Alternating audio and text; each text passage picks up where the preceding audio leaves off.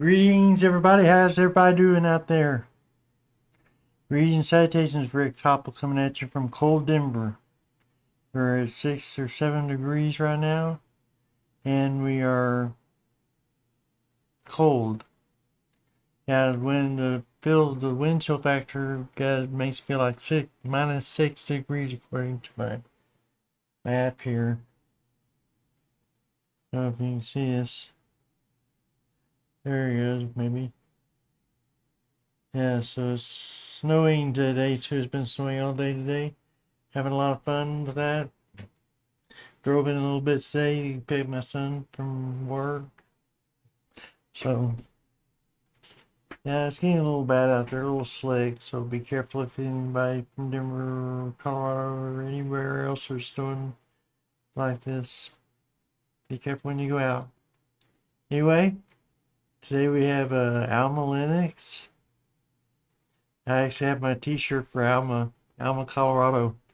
I don't know if you can see this, but it's the highest incorporated city in the United States. Probably in North America, I think, too.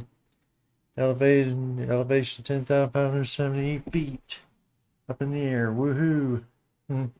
So, yeah, we have all that going for us today. We have Alma and Linux as well as Rocky Linux. We're going to take a look because they're both about the same functionality, all that kind of stuff. So, yeah, it's be pretty good. So, we're going to wait to see if anybody else shows up. See if anybody shows up. Meantime, we can start talking about the history of AlmaLinux.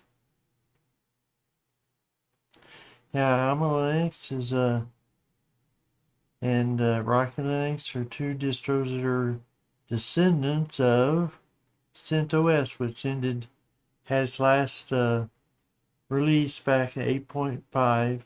Which both of these are 8.5 releases too. Yeah, 8.5 CentOS released in November last year, 2021. The last release of CentOS. And it's yeah, it's kind of interesting because a lot of people liked it, a lot of people used it. And as it says on the website, the wiki.com website, says that there's a lot of negativity. I kind of remember some of that negativity too. People kind of were like, what? You're going to end my favorite distro? Oh no. And also had a lot of people that used it for running servers and stuff. Matter of fact, one of the interesting facts is that for 2 years, CentOS overtook Debian as #1 web server. 30%, it had 30% of the market share of web servers. Pretty cool. Back in 2009 through 2008 to 2010. Then Debian took it back over 2010 and became the main distro for web servers, apparently. So, yeah. But anyway, CentOS is basically, and most of you hear about Fedora. That's because it's kind of like the precursor. All this testing and development goes on Fedora. And then it moves over to Red Hat, which is kind of like the, quote, stable release of it. Because Fedora is kind of a rolling release type thing. So it really doesn't have a stable, it doesn't have those stable releases, all that kind of stuff, that kind of thing. So it has stable releases. It is for the Red Hat. And CentOS kind of got born in 2002 by a guy named Gregory. I don't know, I better go, but let's look at the web page over here. That I don't want to mispronounce his name. Poor guy. Okay, let's look at this. Now we're looking at the website of the wiki, and you got down here now it says Gregory Kurtzer is his name. 2002 was the founder, started CentOS, and it's based on Chaos OS, Chaos Linux. I mean, so yeah, it's pretty interesting. And then another Linux distribution called AlmaLinux rolled into CentOS in 2006. David Parsley was the guy that was primary developer of that. Later on, it says that the founder, Lance Davis, had disappeared. Now, I don't know who Lance Davis is because it's not Gary Kurtz who started CentOS, but maybe part of Chaos or something that came over, one of the guys that came over, one of those people. It's apparently one of the founders, so anyway, Lance Davis disappeared in 2008, and there it tells you 2010 was when, no, I misspoke. It wasn't 2008, 2010 that CentOS overtook Debian and became the most popular Linux distribution for web servers. Almost 30% of all Linux web servers using it.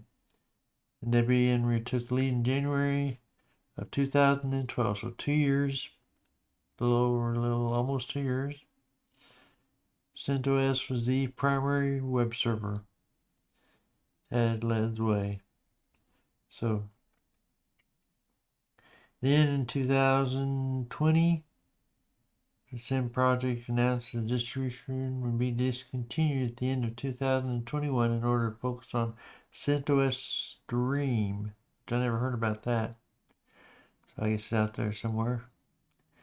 Look at it, see what's going on with it. So CentOS Stream. Then we had then it states there that the AlmaLinux was first released on February 1st, 2021. First stable release of AlmaLinux was published on March 30th, 2021. The interesting thing is that Gregory Kurtzer, who started CentOS back in 2002, was also the one who started Rocky Linux. Interesting. So, yeah, the Cloud Linux created AlmaLinux to provide a community-supported successor to CentOS Linux. Now, the main differences between these two is that CentOS,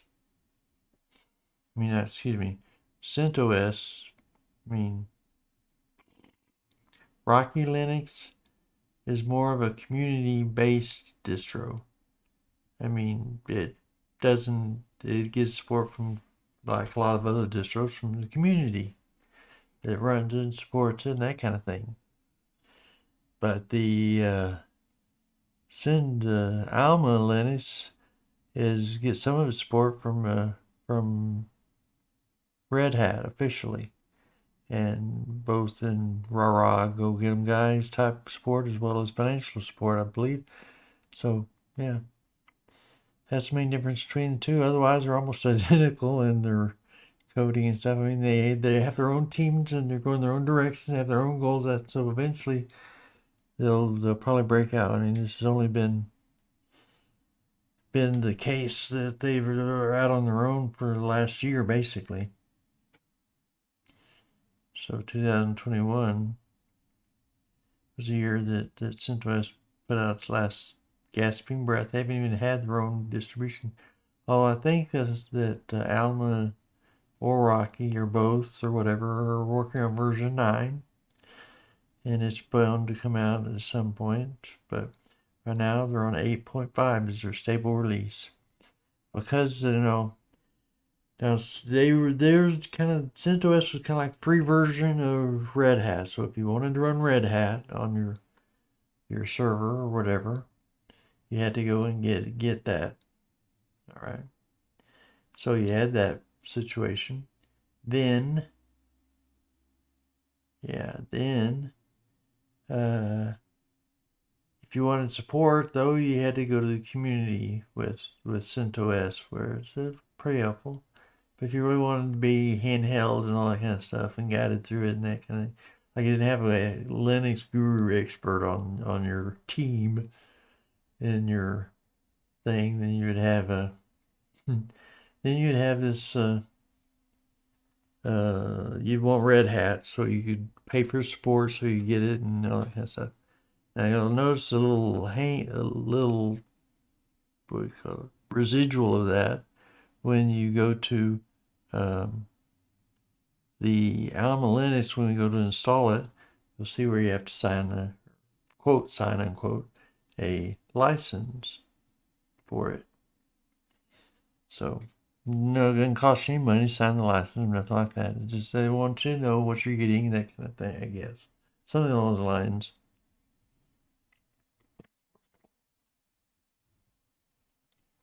So, those are the differences between the two. And looks like there are a lot of people watching right now, huh? Dum dum dum dum. But we'll keep going. Somebody might show up eventually, who knows? If not, we'll soldier on until we finish this so we can get out and people can watch it and that kind of thing. So, tonight we're going to look at Rocky Linux, and we're also going to take a peek at AlmaLinux now. Or I should say a peek at Rocky, and we're going to look at AlmaLinux predominantly, because Rocky Linux, even though they're both enterprise versions like Red Hat is, they're one-to-one. Yeah, let's go over here and look at Rocky Linux. See what it says about itself. Rocky Linux is open source enterprise operating system designed to be 100% bug-for-bug compatible with Red Hat Enterprise Linux. It's under intensive development by the community. So that's what you got there. And interesting thing is that you have this migrate and download buttons down there. Download 8.5 or migrate. And then migration was from CentOS over to Rocky, or Alma also has a migrate button on it as well. So that's interesting to know as well. You migrate to it, and they have some kind of a special deal of how to do that. So anyway, that's Rocky. Now I download Rocky, and I got it here. I installed it already and all that stuff, but this is kind of what it'll look like out of the box. And yeah, you'll look at this, you'll go, ooh, looks like vanilla, KDE, or KFC, XFCE. Know what I can say it? XFCE. It's too many. Okay. Now this is pretty vanilla XFCE desktop. This is what you get out of the box. Now, if you install Rocky Linux, you're going to get XFCE to start out with. That's all you get. Okay.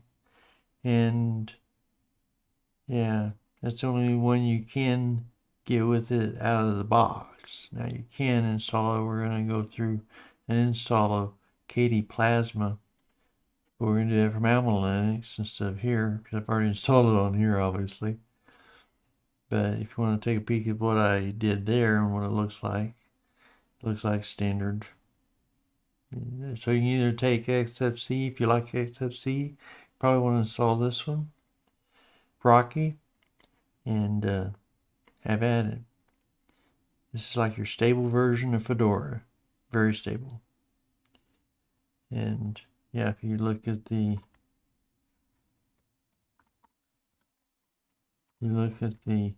kernel version, it's 4.18.0-348. You'll find the exact same kernel is being used in Alma as well. But let's make it a little bit bigger so you can see it there. And we will run HTOP. It's installed on here. And it's got 598 megabytes out of 4 gigabytes of data in the memory. Nothing to swap. Okay. And NeoFetch. Yeah, so it's got, let's see.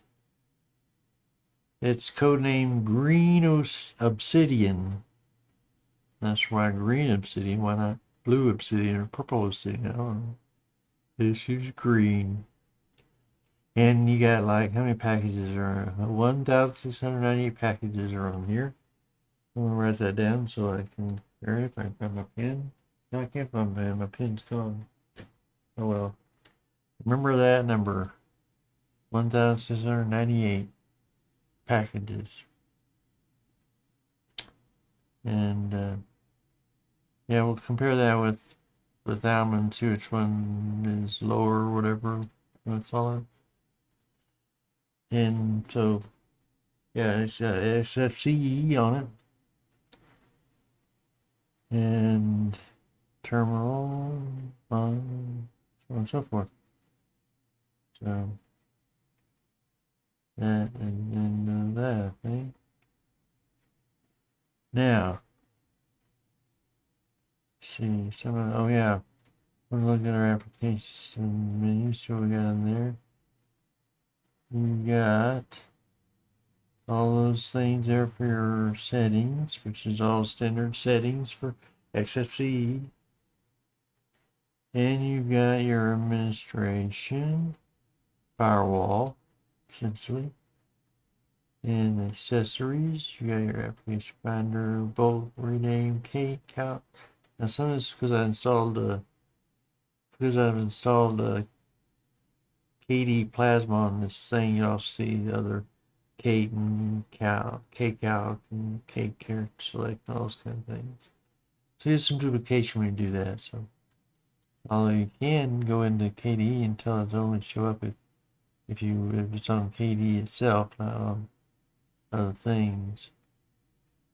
So anyway, that's all this went in there. First time you install, you don't get Kate or K-Calc or all that stuff. So mouse tool.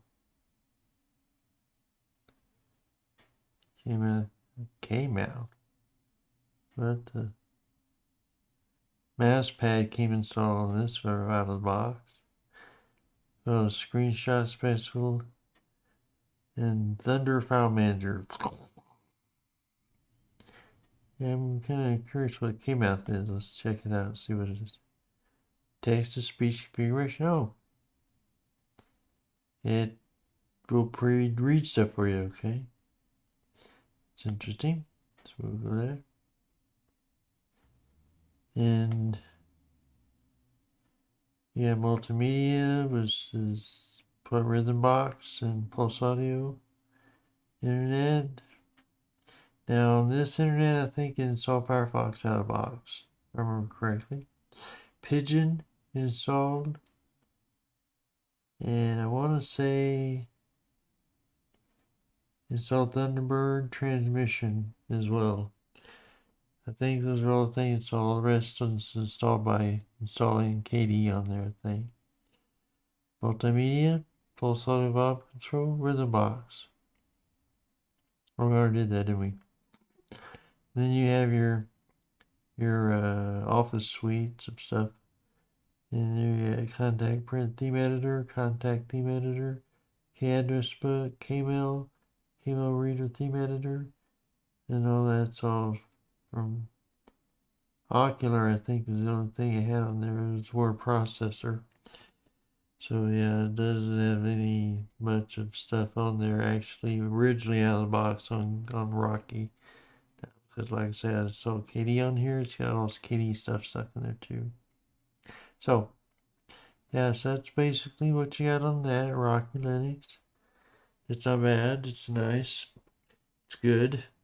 It's solid. And I have yet to really play around with it and use it or anything. So obviously, I don't know all about it. So I know a lot about KDE or K. I mean, I know a lot about KDE Plasma, yes, but I also know a lot about XFCE desktops. So it's pretty vanilla. I know I'd tweak it and I'd probably put in whisker menu or I would actually, did I do that already? App Finder? Yes, I did. Or you can set the App Finder to pop up on a key so you can find things easier that way. So it's almost whisker menu-like in that regard. So wallpapers on here. I installed some wallpapers, which I think this was a standard. This blue background is standard what it came with out of the box. And there's a few other of these with a little mouse on it. But you have to install wallpapers you want more than this, or you have to add your own whatever kind of thing. So that was Rocky Linux. Alrighty.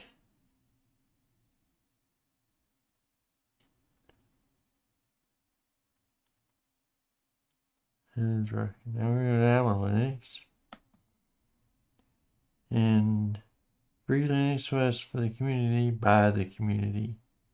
Yeah, it's another community organized source, but it's got a lot more financial support from Red Hat. I think Red Hat officially supports Alma, if I remember correctly, and it does Rocky.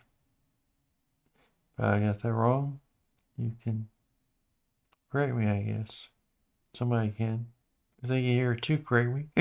Oh no. So anyway, like I say, it's got a contribute button, it's got a download button, it's got a migrate button right there. So what I do is I click on this download button.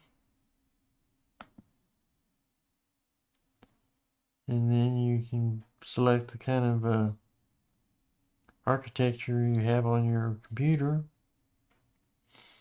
It's got a 8664, it's got a ART64, and it's got a PPC64LE. I don't see any 32 bits here. So yeah, you don't want to use 32-bit, but most servers probably don't come in 32 bits nowadays, do they? So what I downloaded was obviously the 86-64X. And I downloaded the 8.5. You can download the beta if you want, I think. I guess the beta is like the free version of 9 or something. So be interesting in download that one and do that. So, but I downloaded 8.5. So that's what we're going to go with. And we'll see what we get. Now the reason I'm doing the AlmaLinux install but not the Rocky one, I already had it set up for you, so you just go there and see what you got, is because they both use and I can't say it, Anaconda installer, just like Fedora does pretty much, except on that one. We'll shut this down here.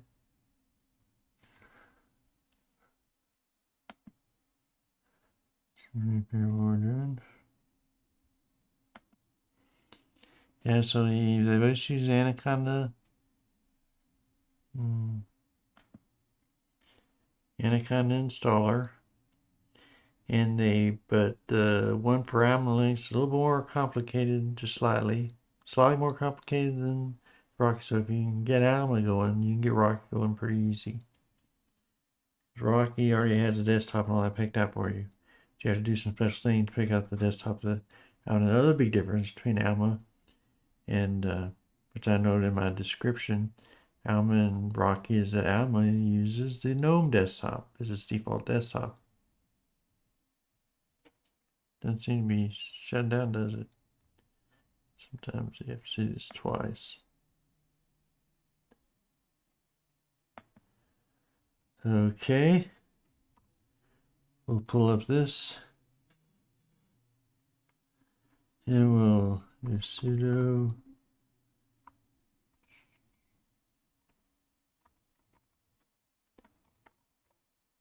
oops.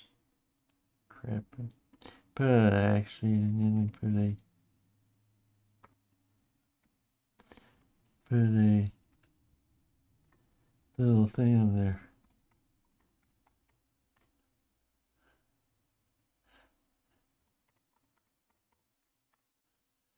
So anyway, there we go. We're shutting down Rocky. Rocky shut down. So that's why we're doing this. If you install AlmaLinux, you can install Rocky pretty easy. Okay, downloads.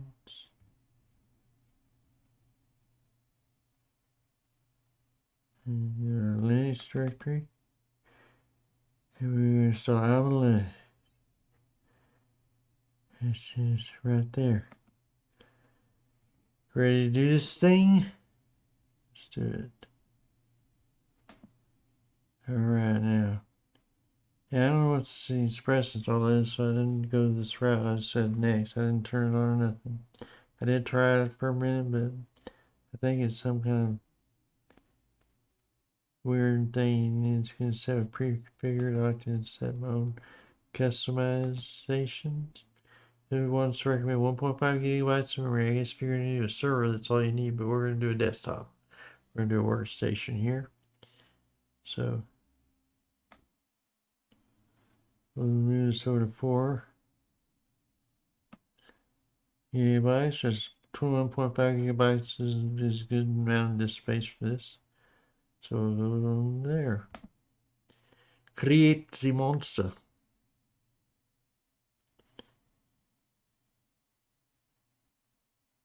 Some years and cap it and see what we get with here.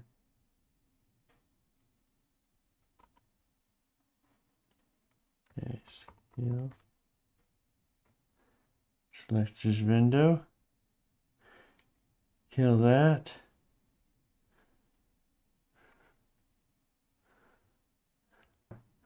Sudo apt install VirtualBox.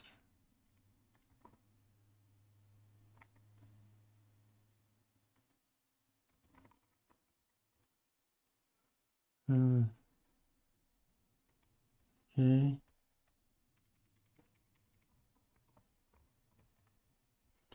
Gonna search on it, nothing. Virtual. I didn't spell it right, did I? VirtualBox. Okay. Where are we at here? Virtual please.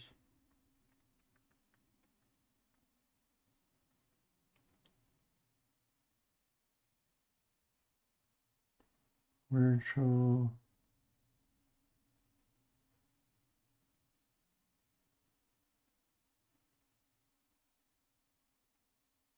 Hi Nathan, how you doing today? You can tell I'm having trouble. I'm trying to install VirtualBox on here, see if I can kick in this way.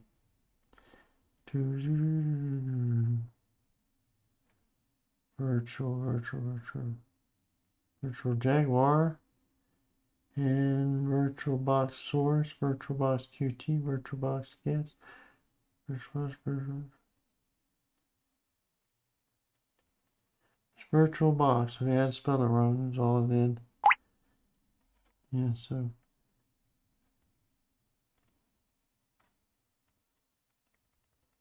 virtual.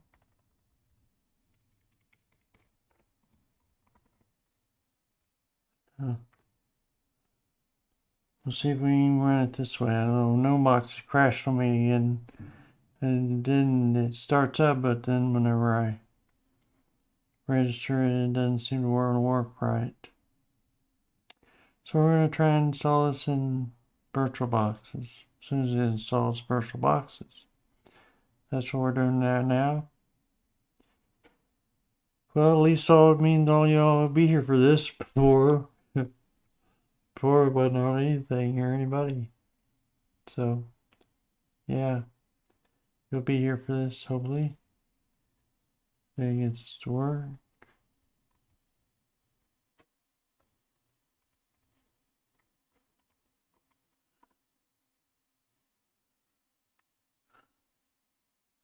Okay, here are VirtualBox. Let's see if we can get this cooking here. We start with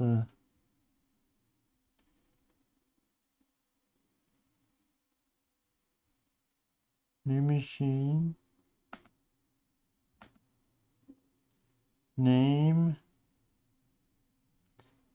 and it's AlmaLinux.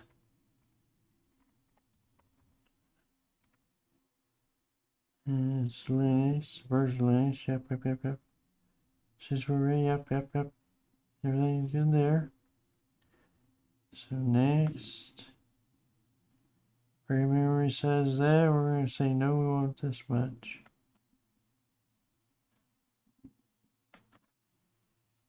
We want 4, there you go, 4 gigs of memory. And create virtual BIOS now, I have created. And that's a good one, disk image, yep. Dynamically allocated, sure thing. And we've got 8 gigabytes of what is this? Oh, that's what's creating the virtual drive for, 8 gigs. And then we need a little more information than that, a little more there. We got 2 terabytes of, or 2 terabytes out of here. Let's at least give this, we got 30, how about that, 30 gigs.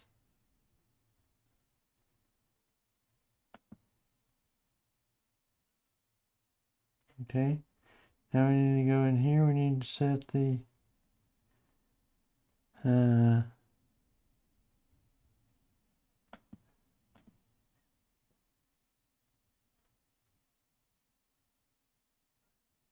setting.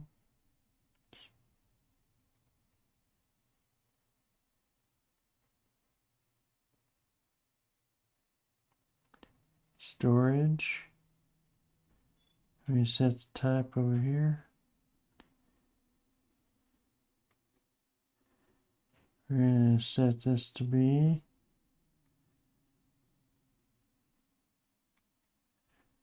AlmaLinux ISO.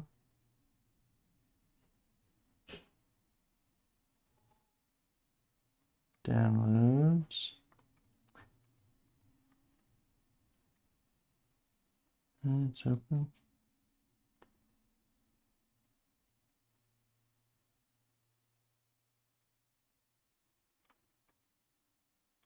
Oh, it's right there.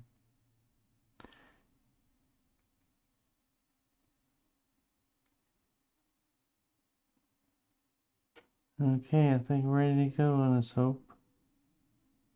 Okay. Now we're ready to power this puppy on and take off with it, hopefully.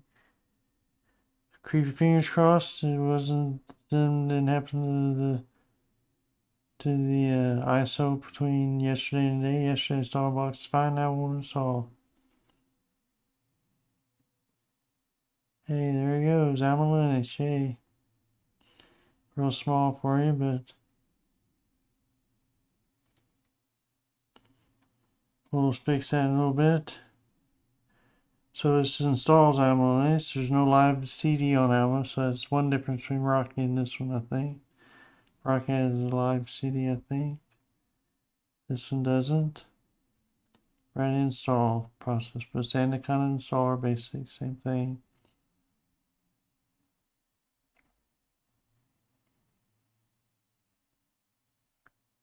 Okay. Checking disk. Press escape to abort that and then click on. Switching root. And starting up stuff here.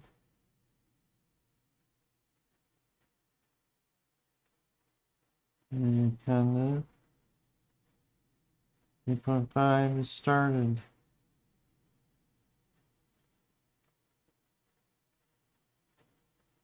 And be patient while it goes slow. Oh, so here we are, yay. So I'm gonna go this. We'll have to watch it all in small thing here apparently. See how I can't continue. Now here's what I was talking about. Now this has a lot more things you need to take care of. Keyboard US, yes. English United States, yes. American New York, no, I don't live in New York. Or time zone, Eastern time zone, so you gotta click that. And go back over here to Denver. To the Mountain time zone. And we're in here, you have a chance to change your clock if you want to right here. AM, PM, 24-hour interval time, when you like. Okay. You click done on that when you're done. And so we got that, and then we have local media, which is what the installation source is. That's fine. Software selection, that's where you have to change your, because it's going to default to server with GUI server, which I assume probably either is a XFCE or GNOME. But I don't know why they don't Gnome Desktop on a workstation, but I mean on a server, but maybe, who knows. I'm not installing that, I'm installing Workstation, which is what we want to do for a user-friendly desktop system for laptops and PCs. And you have other software here you install as well. Internet applications, you install email, chat, video, but you can install these as you go. I have to be right back, I'm afraid. I gotta go to the bathroom real quick, so I'll be right back. Excuse me. It's the thrills of live streaming, isn't it?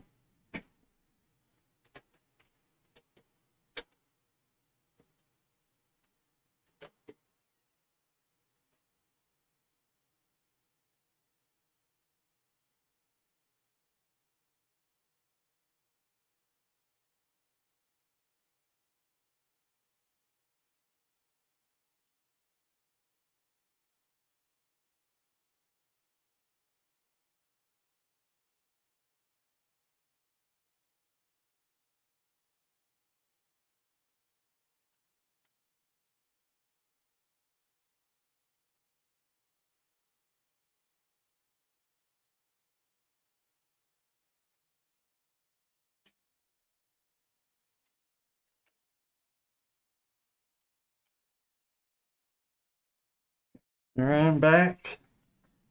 Sorry about that. I'm a pro messing up. Well, I'm pro too, apparently better than you.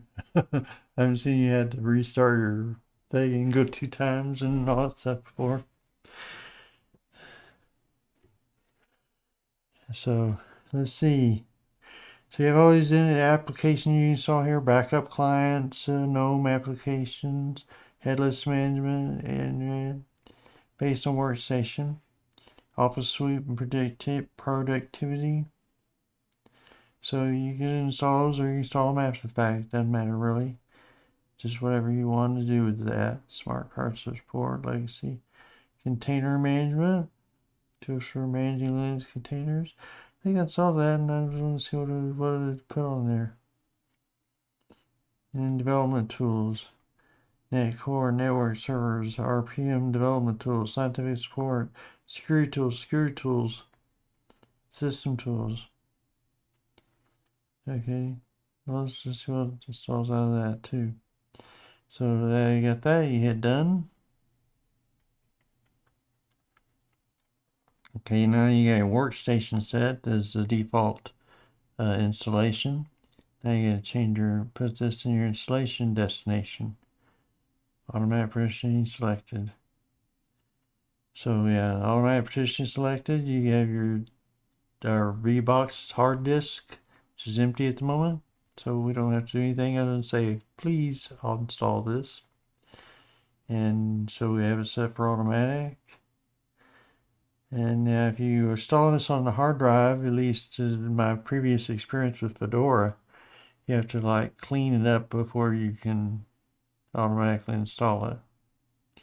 So I assume it'd be the same for this since it's using a kind of installer on both of them. But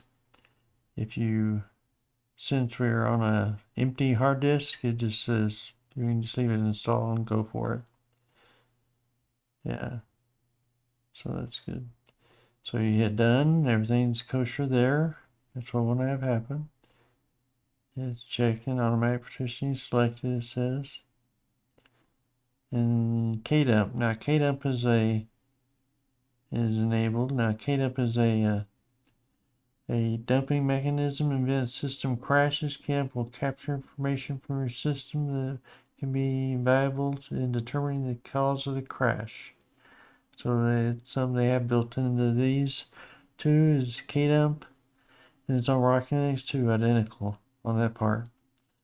They both have KDump on it, so we're done with that. And network, not connected. Why aren't you connected? Oh yeah, that's one of the interesting things. You had to go in, you had to turn on your, its default's off, Ethernet. So you have to turn it on. Suddenly it's connected. Yay! I don't know why they do it that way, but yeah. Yes, you don't want networking or out of the box right away. You can. Then you get security policy. Now I've looked at security. I think I was going to mess things up, so I left it alone. I'll show you what it shows. Okay, you get these different security levels. You select for system, for servers and stuff like that. Probably it's important to have a good security, I assume. So you can select one of those if you wanted to. Play around with it, see what it says. But whenever I select one, last time I tried to install this, or I did install it, I didn't try, but at any rate, the it started having problems with things, so I unchecked it and went back to normal. So we're gonna get rid of this anyway, so we don't have to worry about security too much. Now down here, have you set a root password? If I remember from kind of on Fedora, then it will set the root password and that kind of thing. I'm not sure. Now let's just do it and see what happens. I know what it does happens the other way. So root password.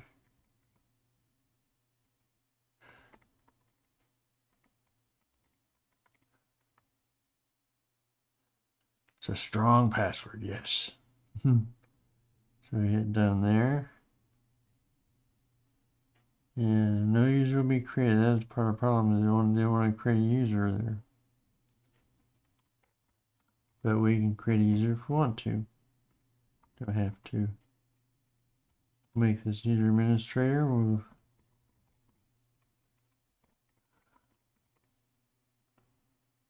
Yeah, I know it's weak now. The interesting thing, if you got a weak password, you have to hit done twice.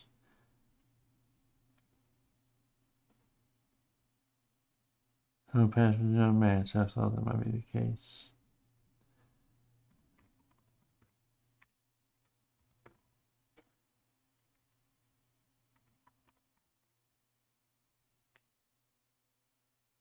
Yeah, if it was systematic check. So you have to press done twice if you want to accept a password. It's not sufficient according to their deal. So then you'd be an installation once all that's set up like that. Now, if you wanted to, you could just skip the root password and go straight here and set up user. Set up a user, then it'll just won't set a root password or root anything. So I guess you can't even get into root unless you come to the user and you go sue on it, sue, something like that. So you begin installation, and away she goes. That's AlmaLinux Anaconda. And then it's going to download packages and all this stuff, install it. So yeah, as soon as we get in here, we'll be able to we'll be able to turn off the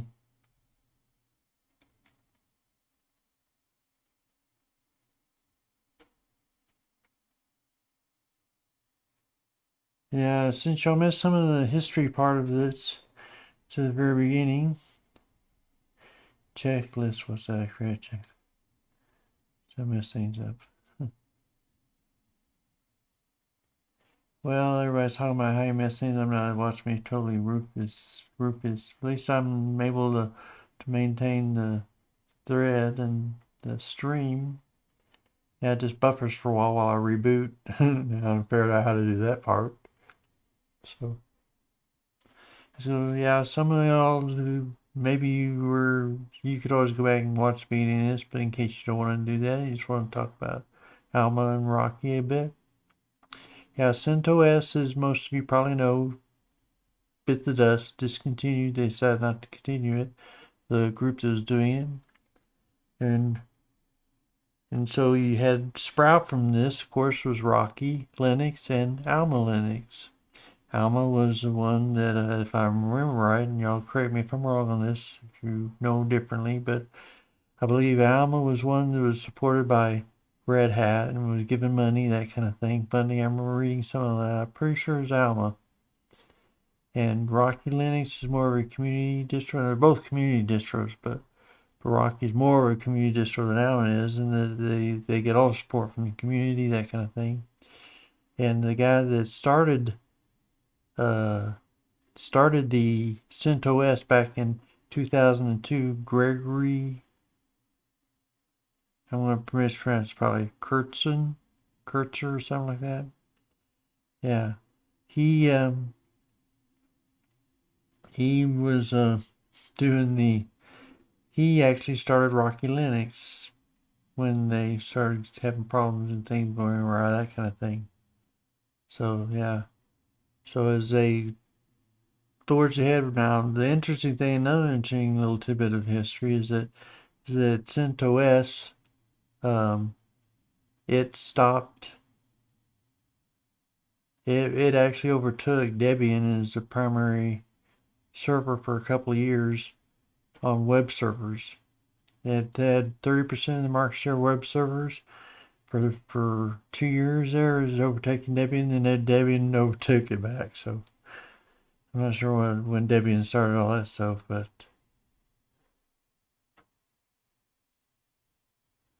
yeah. So you had Debian, and then you had CentOS. Now, also for those who don't know, probably all I know this. Sorry, I'm probably talking to the choir type thing, but yeah, CentOS is basically a post. It's kind of a duplicate of Red Hat in that it's kind of a one-on-one replacement for it, like Rocky and AlmaLinux are both one-on-one replacements for Red Hat. So the therefore it has it's more like a stable version of Fedora. Fedora's pretty stable actually, but this is like stable compared to rolling release type thing. Is Red Hat and now Rocky and Alma and CentOS was that. CentOS put its last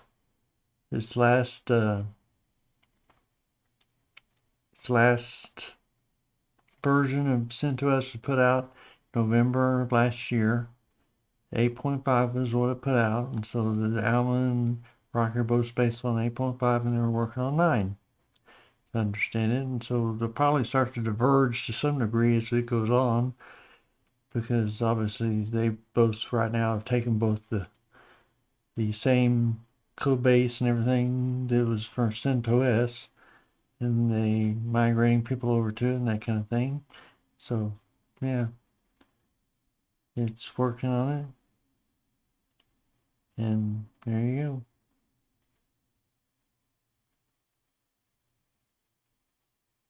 Still installing stuff. Yeah, at some point it takes off and goes when it's finishes installing all those things. It'll take off and zip over to where it does init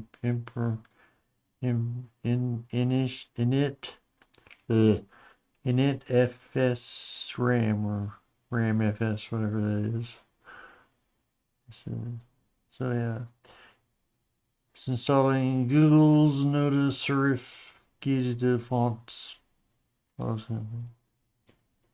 So yeah, so you had all those interesting tidbits from Rocky and CentOS. So yeah, now CentOS announces it's going to end it toward the end of 2001, back in February 2020. So it had about a year or two to develop. Rocky came out. The first Rocky came out in February of 2021, and then the first stable version came out in March 2021. So, and I guess there's 8 at that time, now 8.5. So, yeah. Pretty interesting stuff now. Now, I said this one guy, they had this one distro back then called AlmaLinux. Anybody ever heard of that, I wonder? I hadn't until I read it, but AlmaLinux. Oh, okay, Steve, have a good time getting your son. Yeah, I might still be owing you back because it seems like I lost a lot of time trying to get the sucker installed. So I have to go through I'll probably edit this down some, take out all the dead time when I was trying to get things installed. It was fun to watch me flail around, but not that fun. So I'll see you in a while, Steve. Anyway, yeah, there's this AlmaLinux, TOA. Thanks, Dow. Yeah, so it's AlmaLinux, and this guy named David Pertzer, I think his last name was, or something. I'm going based on memory. I had all the website up, but then when I rebooted it, I lost it all. So I'm going based on memory here. So I'm sorry if I'm getting some of these names not quite perfectly right. Anyway, David was AlmaLinux, and then they had this other guy that was, I don't know where he came from. Maybe he came from Chaos Linux, because CentOS was based on Chaos Linux, actually. Yeah, so I'm not sure what all this other guy went missing at some point. Just disappeared off face the earth or something. They couldn't find him. So they did actually find him, and then I think he was like, he owned the websites and stuff like that, so they finally found him and got him back or something like that. So real interesting stuff. If you want to do that, you can read the wiki information on CentOS, and yeah, it's pretty interesting. So it's had an interesting history, but anyway, CentOS, and those are the free versions of Red Hat. As you know, Red Hat is a subscription-based thing, but you're not paying for the OS as much as you're paying for support for the OS. So if you want to install CentOS in your server, then you wanted to have somebody who knew what they're doing, knew Linux real well, is on your team to work on it. Otherwise, you have problems, you know? So, but if you need your handheld, that kind of thing, you want to get Red Hat, you want to pay for support for it. So, which a lot of companies do that anyway, because you never know who you're going to have on your team. Somebody may quit or whatever. Somebody may come on and knows what they're doing. Some people come on and know Windows real well and don't have a clue about Linux. They have to call up Red Hat. How do you do the server stuff? I don't know what it is. That kind of thing. So, yeah. Where are we at here? Vim Common is installing, configuring. It's not installing, it's configuring all stuff. It's installed, alright. You got them configured as installed, but this installs and then it configures some things. Interesting. Looks like now it's cranking away on the installed system, configuring the installed system, is what I'll talk about when it starts zooming. And then it'll get over here and it'll start. Right, network configuration, here it generates init RAM FS, that's RAM FS for all you guys, in case you didn't know what it was. And yeah, init RAM FS, that's where they put the kernel, if I'm not mistaken, into the RAM. That's what it stands for. Initializing the RAM file system. They stick the kernel and things like that in there. That's generating it. Because y'all can't read that, right? You need me to read everything for you to you. Well, I'm glad I at least got this solved. Oh, it's complete. Reboot system. Hey, get to go into and see what we got with AlmaLinux out of the box. So Workstation. So we'll go in here, we'll reboot.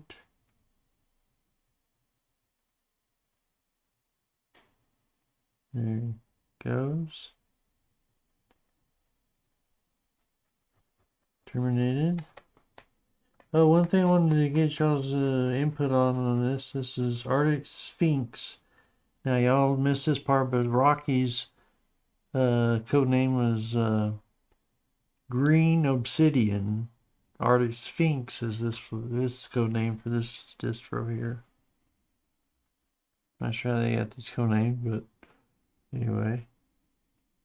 Now this is what I was talking about earlier, which y'all didn't hear this part either, but you have to accept a license before you can finish. So you go here and you click on this. It says AlmaLinux 8 comes with no guarantees or warranties of any sort, either written or implied. The distribution is released as a GPL v2. Individual packages in the distribution come with their own license. A copy of the GPL v2 license is included with the distribution media. So you say, do you accept agreement? Yep, we do. It's the shortest agreement actually I've ever read. They're all that simple, huh? And done. Now you can finish configuration.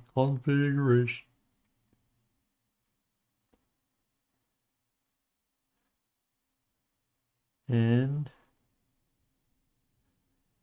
it says, okay, now we're booting into AlmaLinux. And we can finally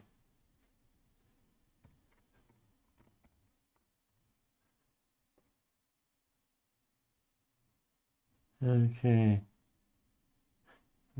Took a minute there. I didn't type my password incorrectly or something. Okay, so there's AlmaLinux. Let's see if we can get this in English. Yes. English US preview. Yep. Typing. Privacy. Yep. I want privacy. I want privacy. I want everybody to go where I'm at. And we're going to skip all these things, online accounts, but you can connect them up if you want to. You're installing it for purposeful. You're ready to go. Start using AlmaLinux. Like I say, they install this. Getting started, launch applications, switch databases. It's kind of like a tutorial or something about how to use GNOME. Interesting. So, there's AlmaLinux. If you like GNOME, you love this, probably. It's got standard GNOME on the activity menu over here, pops over up. Then you got all your applications, favorite applications down here, and then you got your ones that spread across your thing. Oh, that they got their boxes. They have boxes installed in theirs. You figured I would put no boxes on. Cheese, Evolution, Files, Firefox, Rhythmbox, SE Linux security thing, Settings, Software, Texty, Editor, Tiger Vim, and some utilities. What's the utilities, you ask?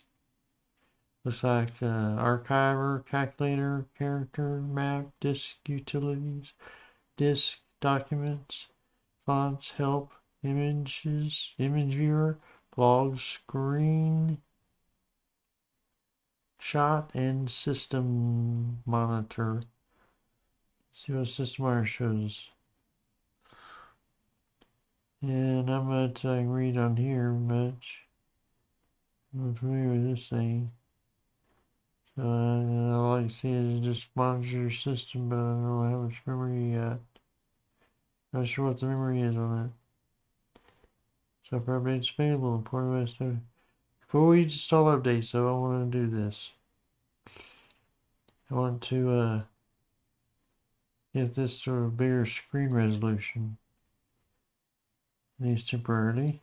So, there do I go settings, which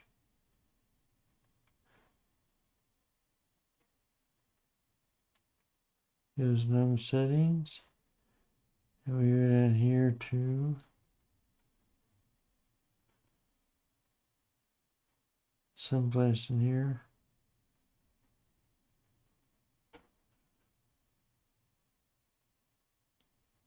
Devices.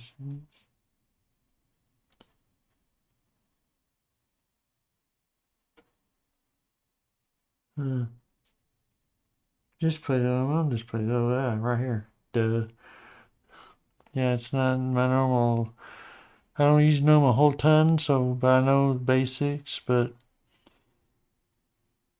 so anyway, we're gonna pick.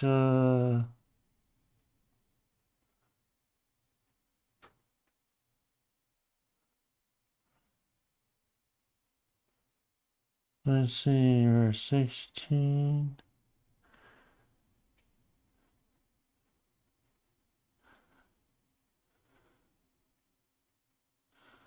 Select that one. That's only we do on this one. Apply. Keep setting changes. We got a big full screen now, yay. So we can close that. And you have all these little blinking, flashing doohickeys down here. Is that a VirtualBox? That's VirtualBox. Probably a bunch of VirtualBox stuff, ID. Yeah.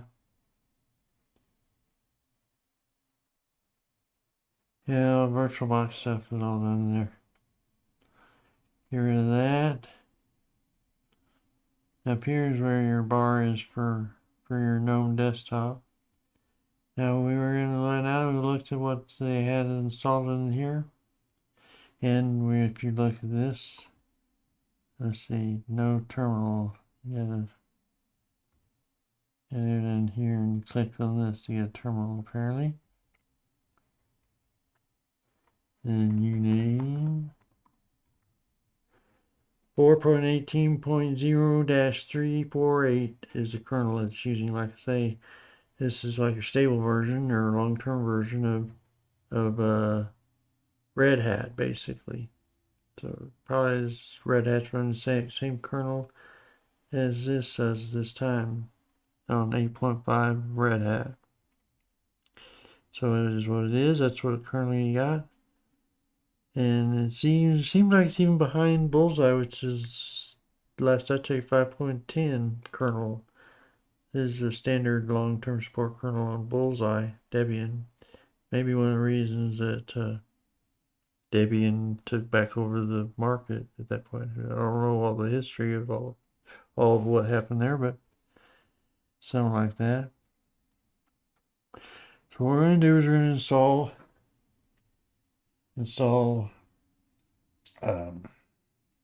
yeah, we're going to need a terminal to do this. I don't know why I closed the terminal anyway. We're going to install Plasma on here to show you what the process is for this.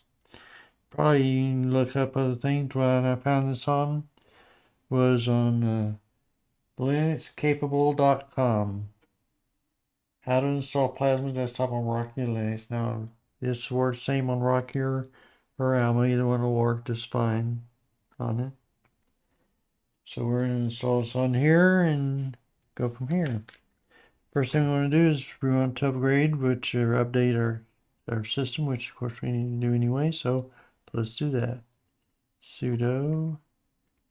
Now both Alma and Rocky have DNF and DNF. So upgrade, refresh. We'll say yes. So yeah, I'm gonna put in our password and it starts cooking on the upgrades. So it probably will have a few updates, but not a ton, I don't think. I don't remember how many it had last time I did it. 161 packages need to be upgraded. 3 new packages installed. It's cooking on it now. First thing to do is upgrade your kernel to another 4.18.0.348 kernel. Well, those numbers in there I'm sure changed after we looked at it. So we got going over here in the who's also here. We got Key Nathan and Steve's out still to pick up his kids apparently. And I don't know, is Robin, are you still here too? We should see who's all here right now.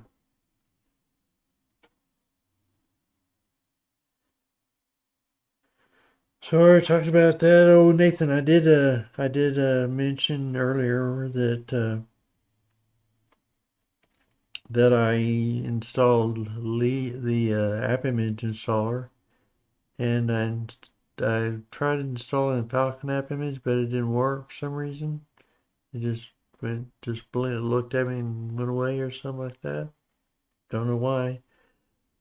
So, but I also went and installed. I did look at the LibreWolf app image and downloaded that and ran that, and it ran fine. As a matter of fact, what I used to show the stuff on here was a LibreWolf, not Brave, which is what I have installed here by default. That's what I always like to install is Brave. So, just for your information, it's cooking 325 packages. Some package 90, it's upgrading right now, all these things, running scriptlets.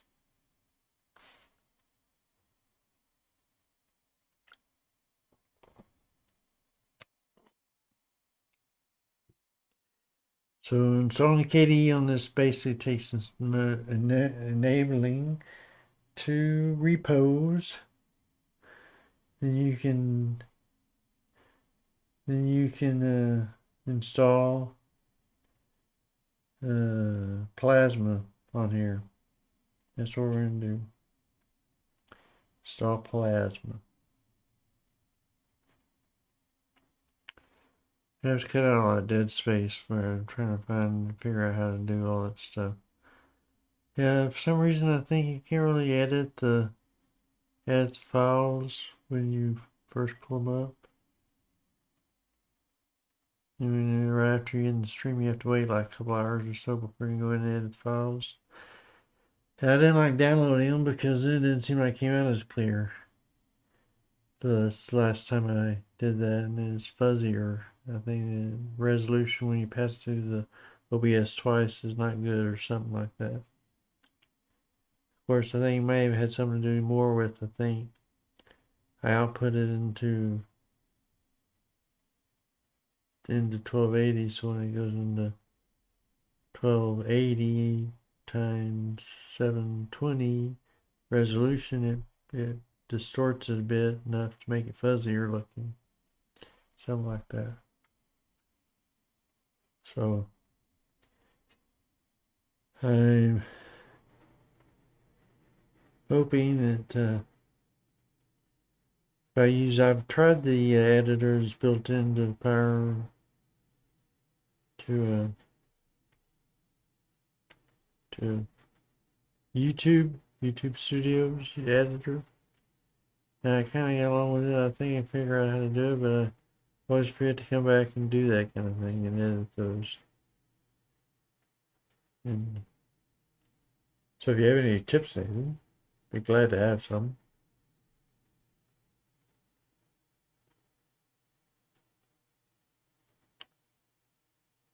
Alright. It's finished installing, running the installation scriptlets, all that kind of stuff. So hopefully it will finish up here and we'll be ready to go.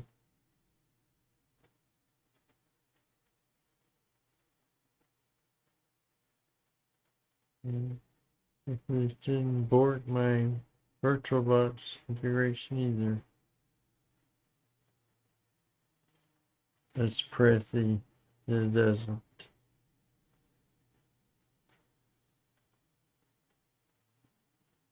I think. Oh yeah.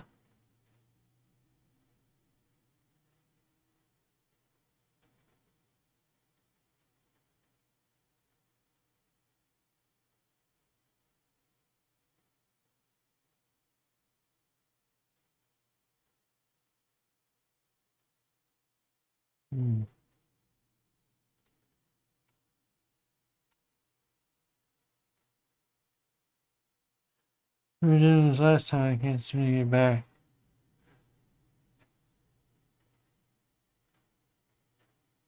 Right, last time. Oh, there it goes.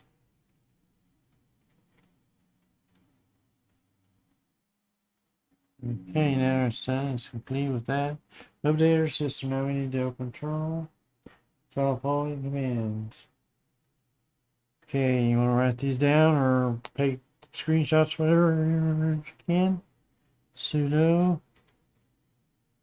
Here it is. It's a little bit bigger.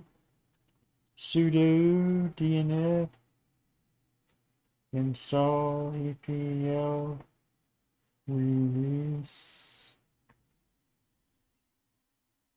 I got 0 in there, didn't I? EPL.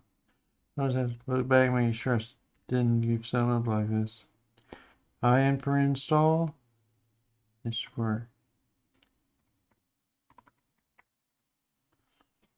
And there you go. Just want to download that. And that's AP release now. Now I also have to do enable the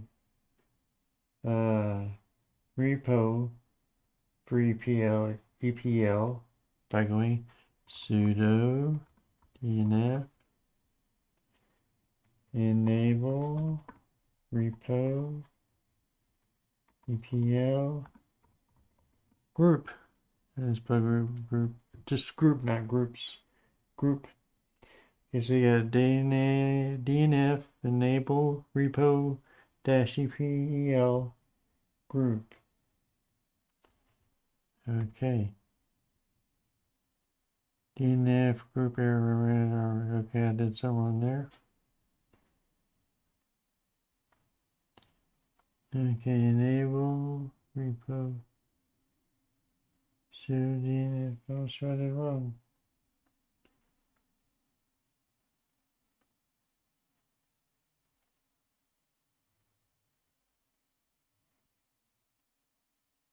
Spelled everything correctly.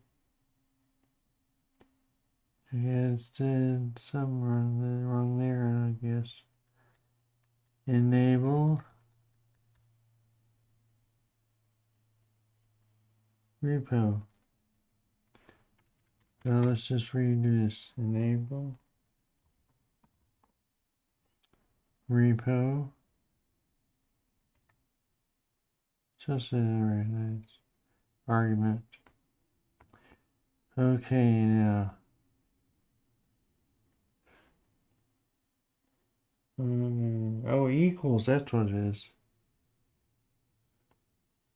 That's what I did wrong. There's an equal, not a hyphen there. Da da da da da. Now it's done that. Enable that repo. Now we need to do a what was I saying?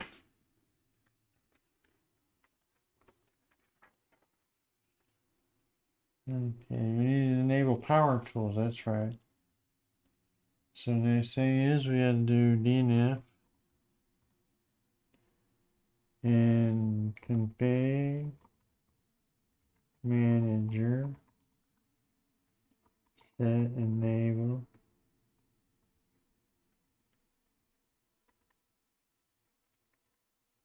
oh boy, I messed up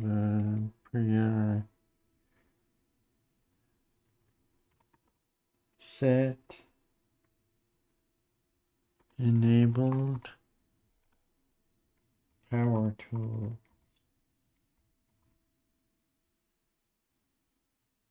Okay, that should work. Oh, I forgot to put sudo in front of it. Okie dokie. So demanding there. So that's enable power tools now. Now we can check all that by simply typing in sudo DNF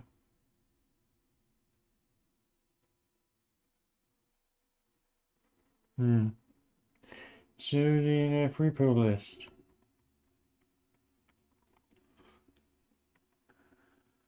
Now what we're looking for here is we have EPL right there.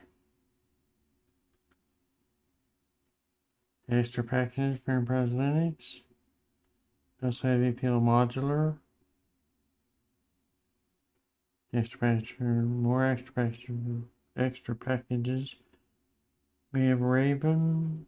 Oh no, that's a different deal there. We have extras and power tools. Those ones we want. Make sure all there. They're all there. Groups are installed. Ready to install KDE Plasma. Okay, so install KDE Plasma by doing sudo dnf group install.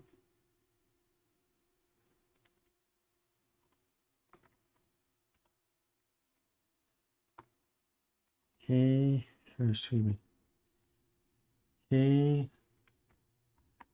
KDE Plasma Workspaces. Base X. And you have to make sure you capitalize those things and capitalize, of course, because nothing's particular about what you capitalize, what you don't, that kind of thing. So, yeah, so you do that and install all your KDE Plasma stuff on there.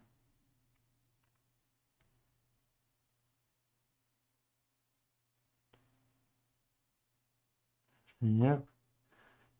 Now when you get down to, when finish downloading all these, it'll ask you if you want to import the EPL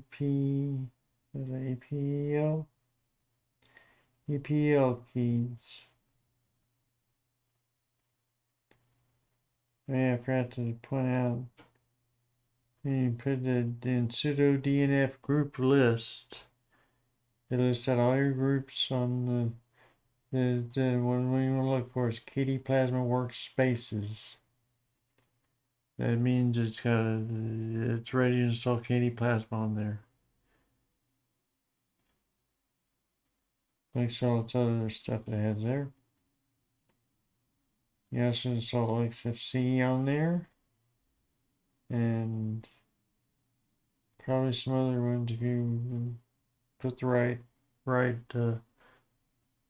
things in there. I'm not sure other ones you install. Other desktop environments, but yeah. So it's its own KDE.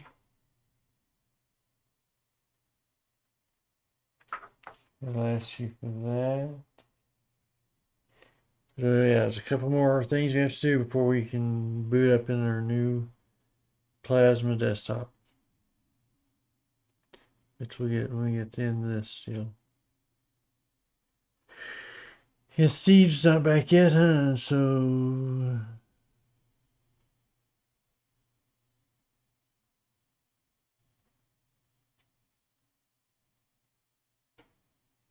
exciting, yeah. Oh, see, here's where it says the key. So you want to enter yes to this. This key for EPL. Key import successfully, and then it'll go on and it'll install all those packages to finish downloading.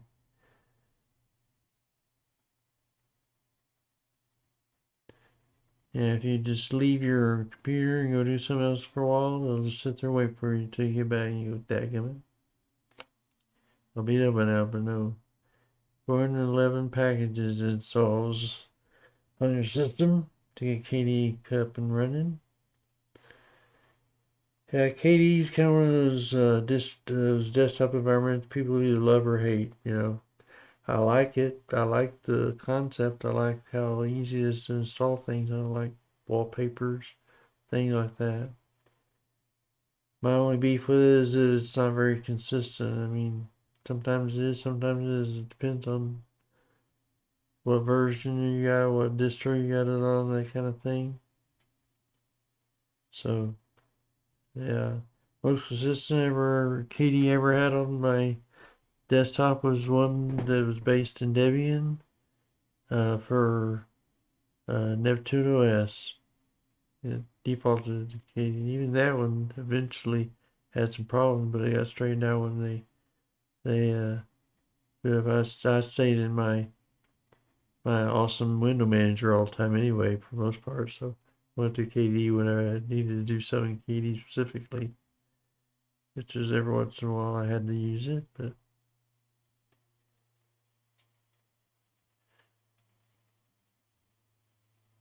I see, back and listening. Alrighty. Yeah, we just installed KDE. We went through process on there. You can look at it in retrospect, but one thing I skipped over was showing the groups. You had Plasma workspaces, KDE workspaces on your groups list. So we're installing KDE Plasma on the system right now.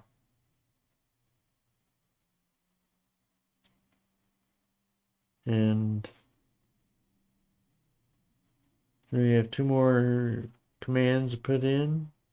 Then we can reboot and boot into our new KDE system on AlmaLinux. Ta-da! We're done. And the other 2 commands you put in is echo, exec, user, and then and start KDE. Pop it over to pin 2. Home directory. And X init RC. They are correct. Exec user bin start KDE. Yeah. Okay. I think it's all correct. And that part's done. Then we go sudo system control.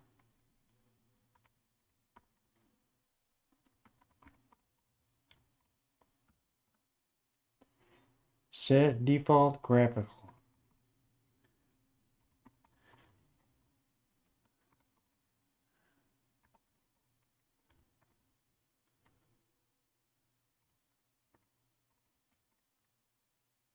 And there you go. Now you're ready to reboot. Once you get those 2 commands, you're ready to roll.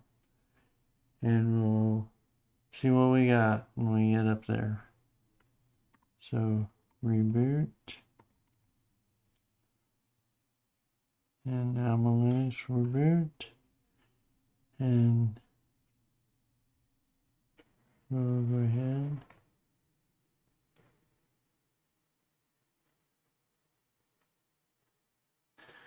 Sorry, there's probably these little dinky windows on occasion like this, but not much I can do about that.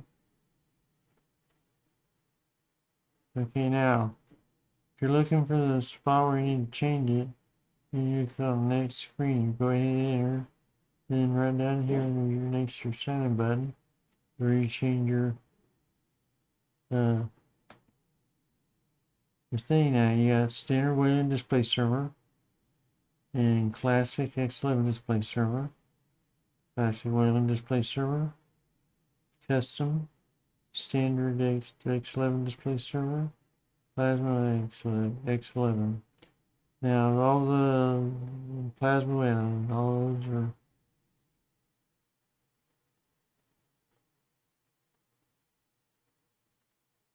no Plasma. That's either Plasma Wayland or Plasma X11, whichever one you want. A minute there, I thought maybe it didn't install. Or, yeah, standard is your Gnome Desktop, basically. I think. Well, let's put it in one and see what we got on there first.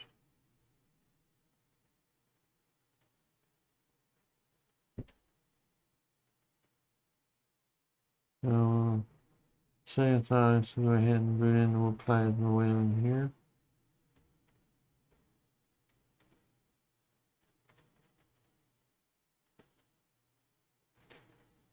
And boot in Plasma. I'll probably have to set the display for this too.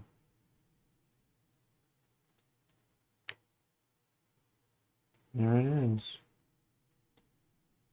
Sweet. Now, we're in mode system settings.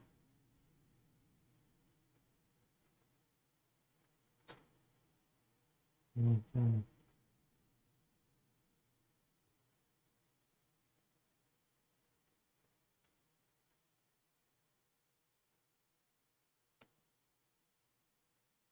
Cancel.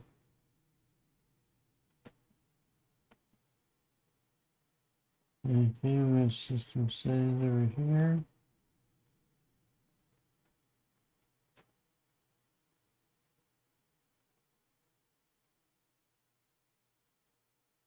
And we need to our display right there. And we can set this to some means read, which for me would be 1680 1050.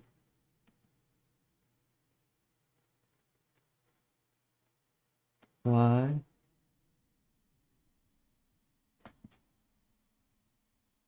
Thinking about it apparently. Hopefully.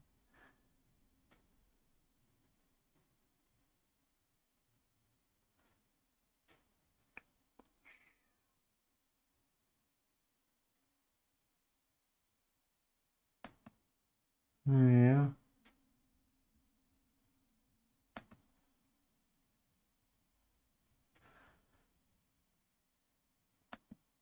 Okay. That's better than it. Okay, there's KDE Plasma. AlmaLinux. And let's see what is installed on here. So,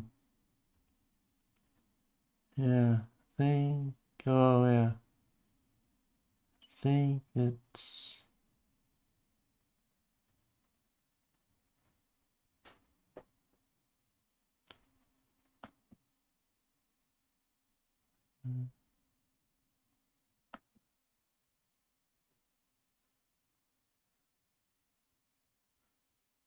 okay.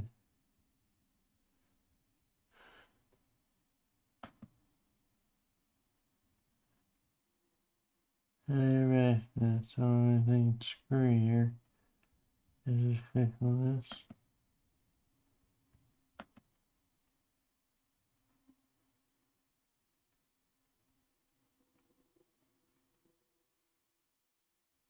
Huh, here I am. Tell them up from my VirtualBox, huh? It has been so long since I messed with it much, I don't remember all the details about it. But anyway, let's see. What are they going to do? I can't remember now. Oh, we said it just had a display server. We're going to look at the programs I had installed in here. Development boxes. Graphical. Some of these are probably going to be, yeah, you got your basic KDE Plasma stuff here. You got KML, KT, KNTF. File viewer, proprietary format used by AlmaLinux, huh? Proprietary format used by AlmaLinux. PIM data exporter, so on and so forth. Some tagger VNC. No, that was in there in the Gnome version. Probably a mixture of Gnome and KDE stuff in here. Rhythm box and cheese, I think, were all in there. Videos might be new. Let's see what's office here. Yeah, evolution, document viewer. They didn't have that much in there in the Gnome version, but they have quite a bit in the KDE. Contact, organizer, settings, Jira system settings for that system. And this allows you to run partition managers, Dolphin Discover, which is your software store. Yeah, console, logs, problem reporting, troubleshooter, software. This is the GNOME store probably here, so that's GNOME, and then discovers the KDE version. System monitor. Yeah, you can, now the neat thing about KDE is you can't see the menu very well. I think I made it not quite big enough. Yeah, I was trying to remember how to get this full screen here. So it knocks out my stuff up there. We'll try this. Oh. No. Oh, I just print screen. Just take a screenshot of my stuff here. Let's see. There's cancel in here.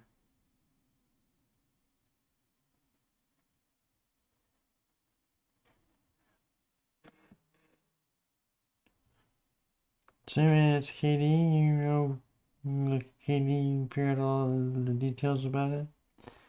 And let's see. I'm trying to think of something else I didn't show you.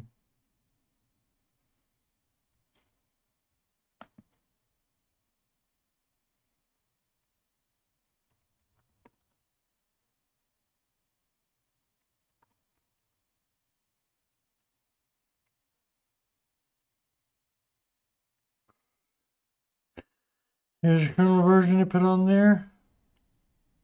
Long numbers on the end of that, but it's 4.18.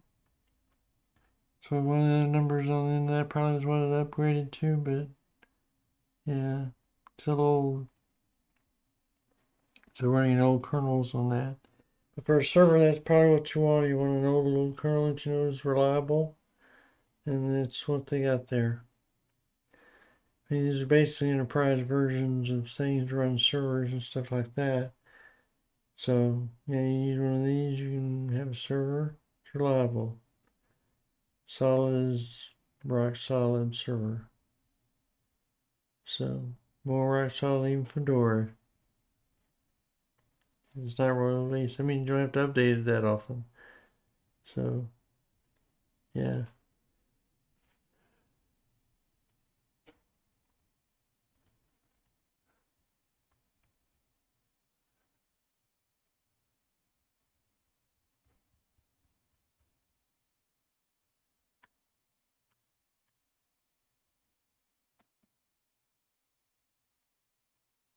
I'm trying to figure out how to get this over.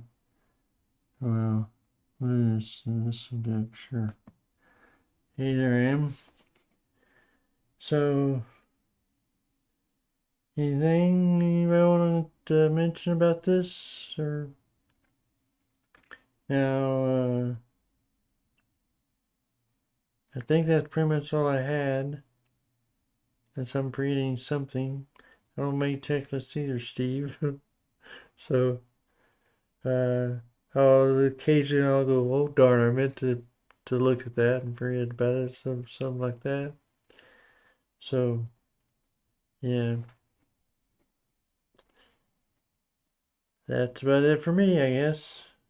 Anybody have anything you want to add? Yeah, as I mentioned at the beginning of the show, it's like 7 degrees and feels like -6 outside and it's snowing all day. So, yeah. See what it's down to now. It's 5 degrees. Feels like -8, it says. Light snow. Had light snow all day pretty much. Supposed to end about 10 o'clock or 11 o'clock tonight, I think, somewhere in there. And you can see this is 5 degrees. Chilly, huh? It's coming your way, Steve. Yeah. And tomorrow's gonna be cold. It's gonna be 21 degrees for high tomorrow, which will be warmer than it was today. We have 34. By Saturday we'll be at 50s and Sunday will be in 50s. I think we're supposed to have 60s towards the end of the week. Beginning of next week sometime. Yeah, the weather varies here just as much as anywhere else. Everywhere I've gone, everybody else says, just relax, the weather will change on you. You know, it does everywhere pretty much because it's all weather. There are some places where it's a lot more consistent. When you go to tropical island, you probably have more consistent weather there, down on Cayman Islands or someplace like that, where sun's always shining and breeze always blowing, that kind of thing. But by and large, most places I've ever gone to, whether it's been Kansas City or Knoll or Texas or Oklahoma or here in Colorado, almost all people will say, you don't like the weather, just wait, a little change on you. So, I guess if that's it, nobody else say anything yet, we'll do it next week. Next week, I think we're going to be looking at installing Slackware. Oh no. Slackware is going to be next week probably. And I usually don't know about these this far in advance, but because of the way we're doing it with Linux Saloon, we are. I know about it this far in advance. So last week we're going to do the next 2 weeks. This week, Nathan, if correct me if I'm wrong here, but I think we're doing the app thing, right? Where we're going to review the app installer, which I told you I installed on this computer. This one. And app launcher, which installs your app images into the menus.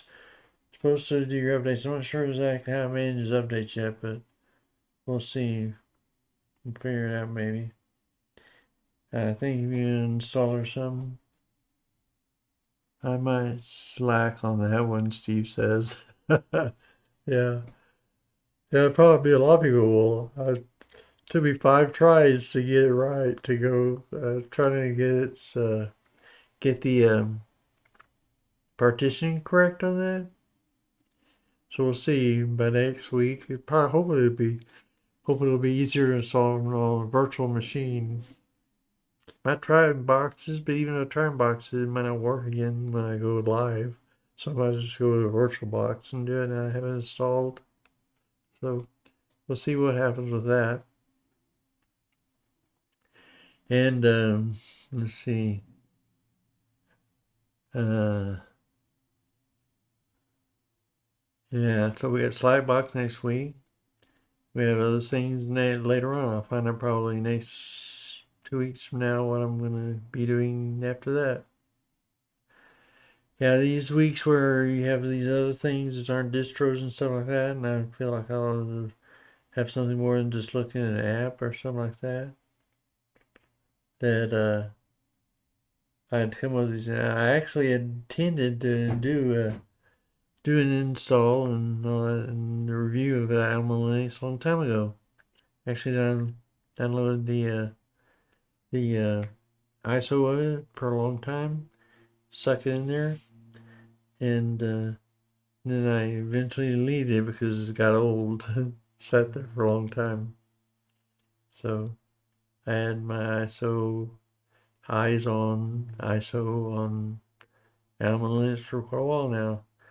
But I wasn't sure if I should try it because it was basically a server.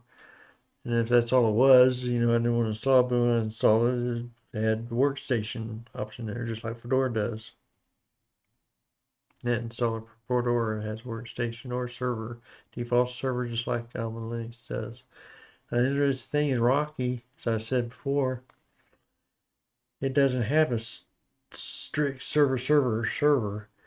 Basically, what it boots up into is a server which has XFCE attached to it on the desktop entry automatically. So yeah. So XFCE is what you get out of the box for that one.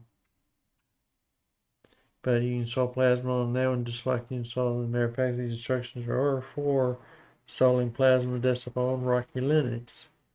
But since Rocky and Alma are basically exactly the same at this point, at least in their evolutionary cycle, the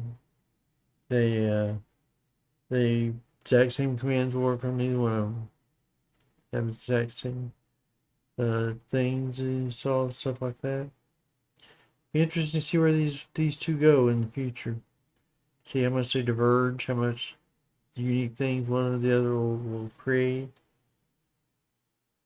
You never know. Maybe Rocky will eventually focus more on desktops or something. And because Alma is supported by Red Hat. But Rocky is started by the guy who started CentOS back in 2002. So you never know about that. So anyway, I guess we'll call it a night, hey? Thanks for being with me. Thanks for sticking with me through all the struggles and problems I had. But hey, we got it done at least. So next time, may the Linux force be with you. Bye.